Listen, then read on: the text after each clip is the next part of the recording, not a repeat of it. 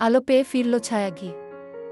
একটি গ্রামে থাকত এক ছোট্ট ছেলে, নাম তার ছিল রাহিম। রাহিমের পরিবার খুব গরিব ছিল। বাবার পেশা ছিল দিনমজুরি, মা গৃহিণী। প্রতিদিন স্কুলে যাওয়ার সময় রাহিম দেখে তার বয়সী অনেক ছেলেই কাজ করছে, কেউ দোকানে, কেউ মাঠে, কেউ বা রিকশার পেছনে। একদিন রাহিম মায়ের কাছে বলল, আমিও কাজ করব মা, বই খাতা ছাড়া কিছু হয় না, ক্ষুধা তো আর লেখাপড়া বোঝে না। মা চোখে জল নিয়ে বলল, না বাবা, তোমাকে আমি অশিক্ষিত রাখতে চাই না। আমাদের দুঃখ থাকবে, কিন্তু তুই একদিন আলোর মুখ দেখবি। লেখাপড়াই তোকে মুক্তি দেবে গি। এই কথাগুলো রাহিমের মনে গেঁথে যায়। সে স্কুলে আরও মনোযোগী হয়ে ওঠে। কষ্ট করে, অনেক সময় খালি পেটে সে পড়া চালিয়ে যায়।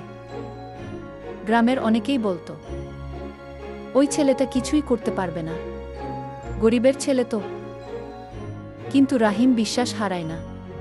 সে প্রতিদিন ভোরে উঠে পড়ে, কাজের ফাঁকে ফাঁকে পড়ে, কখনো বন্ধুদের পুরনো বই সংগ্রহ করে, কখনো ভাঙা খাতা জোড়া লাগিয়ে লেখে।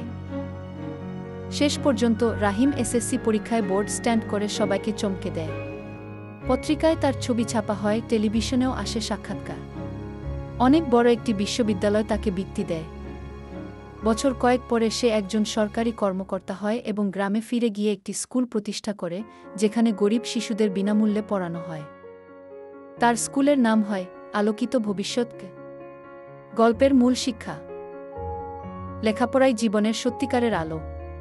কষ্ট যতই থাকুক, শিক্ষা মানুষকে ঘুরে দাঁড়ানোর শক্তি দেয় গি।